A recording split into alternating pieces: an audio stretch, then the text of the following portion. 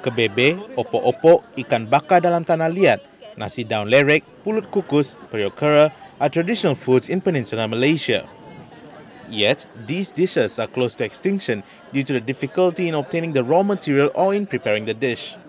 This led to the National Heritage Department, or JWN, organizing the 101 close to extinction food assemblage at the Old National Palace on Saturday. Though there are 101 dishes to be documented by JWN on its preparation, there were only 11 dishes that were demonstrated its cooking techniques at the event. One of the highlights include the ikan bakar dalam tanah liat. Mr. Raja Puan Muda Perak, Raja Nur Mahani Raja Shah Shah, officiated the event by breaking the clay wrapping the fish. According to vendor Muhammad Nur Yaakob, clay-baked fish tastes sweeter and the fishy smell will be absorbed by the clay, making the fish seasoned with onion, chili, turmeric, lemongrass and shrimp paste retain its original taste. Tanah liat ni sebenarnya kalau zaman dahulu, dia korek perigi, masa tanah itulah yang dia ambil. Kalau tak pun sebab tanah dia di dalam tanah, dalam 1 ke 2 meter dalam tanah.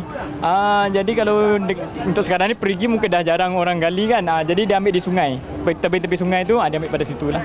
As people used to stay near rivers in the olden days, most of the fish-based dishes features freshwater fishes. Saidi Otman Mayudin operates a restaurant in Kuala Kangsar, Perak, in which his famous dish is pindang fish in sernia leaves. The dish requires steaming the fish, stuffed with chili paste and wrapped in sernia leaves for 24 hours and then cooked in any manner preferred. Restaurant operator Muhammad Rozi Ahmad says to prepare nasi daun lerek is by wrapping the rice grains using the lerek leaves. He says it is then cooked in a hollowed bamboo stem over fire just like making the lemang.